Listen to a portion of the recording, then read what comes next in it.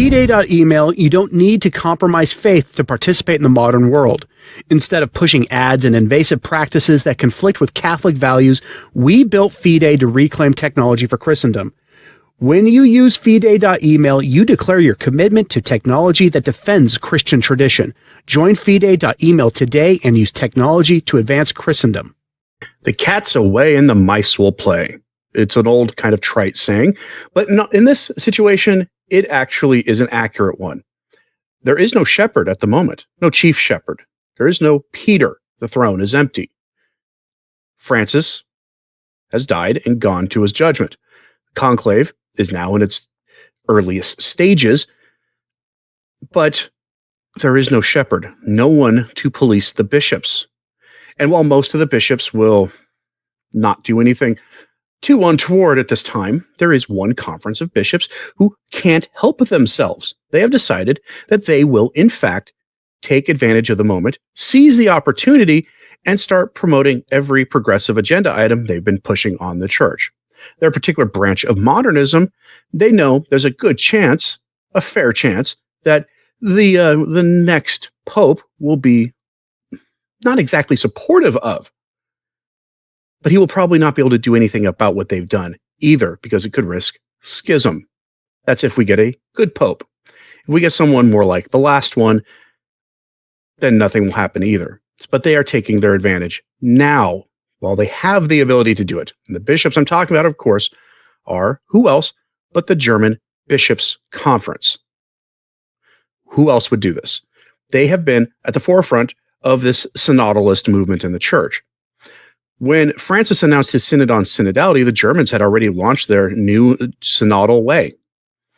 Think of all the synodality stuff that we've been talking about and hearing about for years, but theirs was focused more on not so much on procedure, but on outcomes.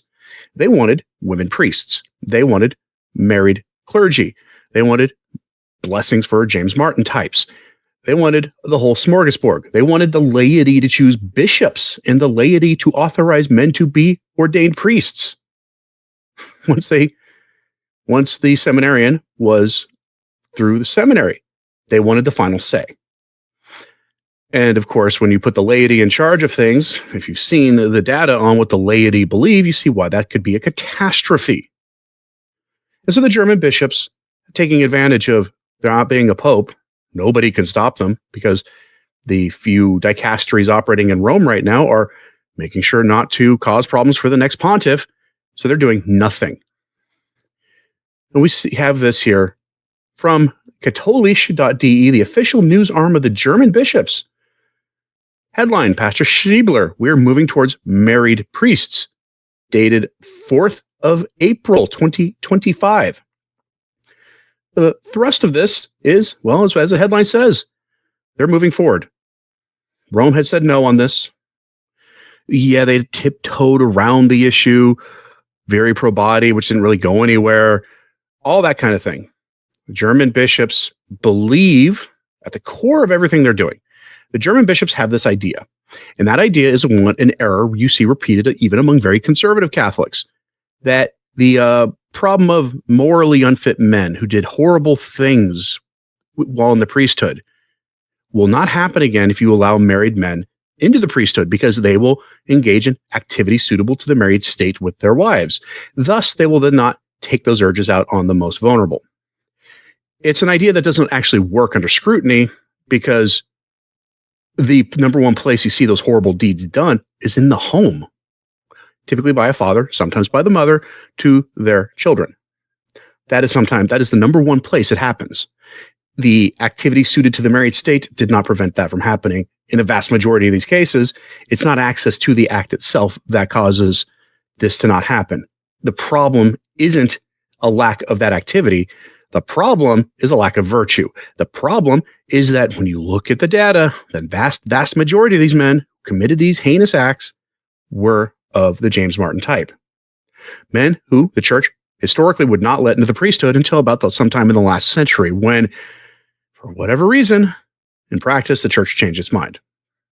At least the human element did. And so the German bishops, driven by this belief that the Ted McCarrick kind of problem that they had in Germany must be solved by changing the church's moral teachings on everything and how the church was run and more secularized, are moving forward. From the article, quote, Rainier Maria Schäbler, a Munich pastor and one of the most well-known Catholic priests in Germany, believes that the celibacy requirement for his profession is nearing its end. We're moving directly toward the married priest, Schäbler told the Merkur newspaper. That will happen when the celibate lifestyle is viewed as a genuine free option and no longer as an obligation. That this will happen is certain, the only question is when.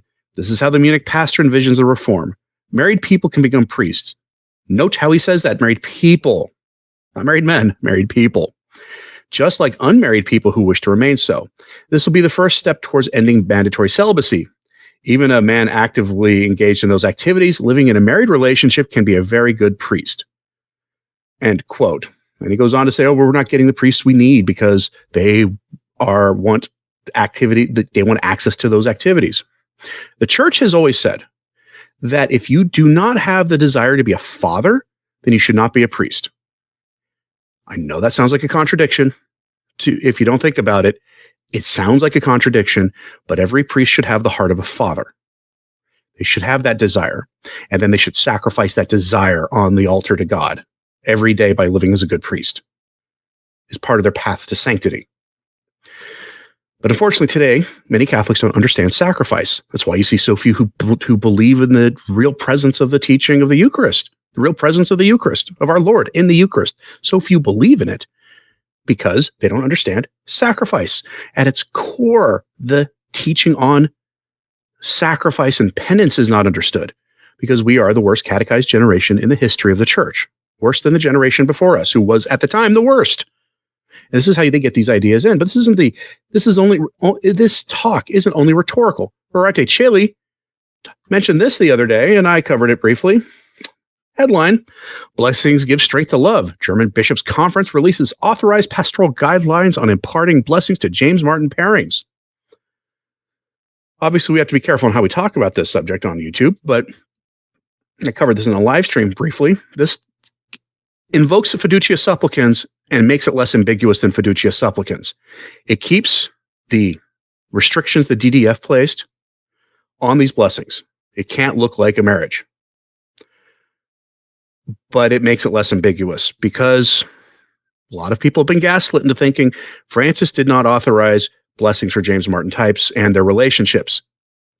If you read the document, it does say and their relationships, but it does so in language that gives people wiggle room to do the mental gymnastics to say that no, it doesn't. Well, this document doesn't give you any wiggle room at all. We're going to go down, skip past a lot of the intro stuff that they're saying here to the bullet points, and this is where you'll see it. So from the article, from the German bishop's own statement translated into English by Verate Cheli, quote, On this basis, the following practical information is provided. In accordance with the decision of the synodal way, both ordained ministers and persons with an episcopal commission to perform divine services may perform blessings. Not just priests then, but also some laity. With regard to the situational design and formulation of the blessing, fiducia supplicans relies on the experience, pastoral wisdom, and pastoral empathy of those giving the blessings. All persons who ask for a blessing are to be approached with an appreciative attitude. Fiducia supplicans expressly draws attention to the fact that there is no other prerequisite for asking for and giving a blessing than mutual trust in God's assistance.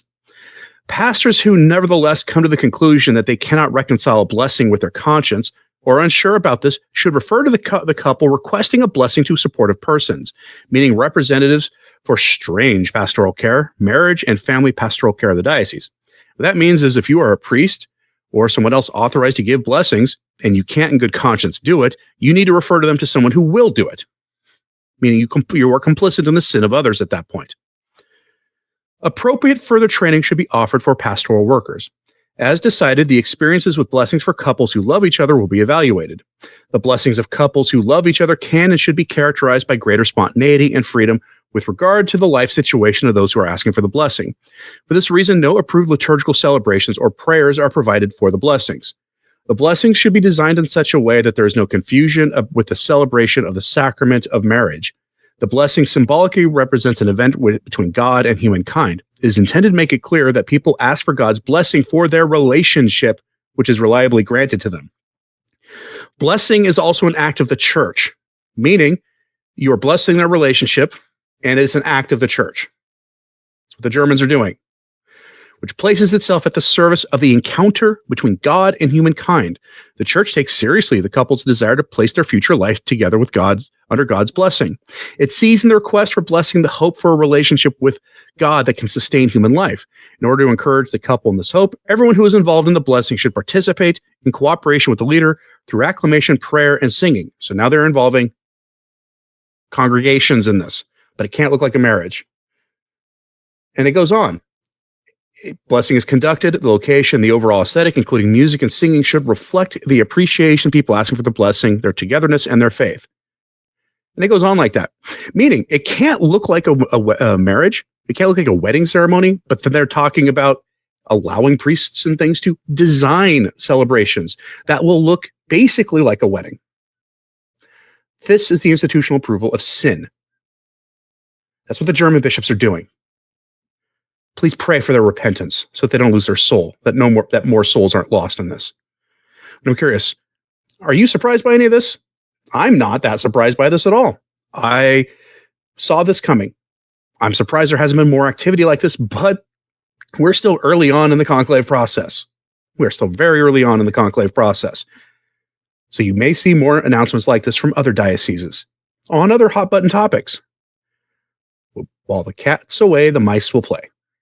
Let me know what you think about this in the comments, please. Hit like and subscribe. If you haven't, it certainly helps. Sharing this on social media helps a lot too. And if you've ever thought about supporting the work we do around here at Return to Tradition, there are options in the description box below. Patreon, Subscribe Star, the YouTube channel button. All those things help keep the daily work of this channel going, and they've all been asked for by viewers like yourself. Your support is greatly appreciated, and there are perks for helping out. And as always, pray for the church and pray for the cardinals who are going to be meeting in conclave, that they choose a good and holy pope. I'm Anthony Stine. Ave Maria.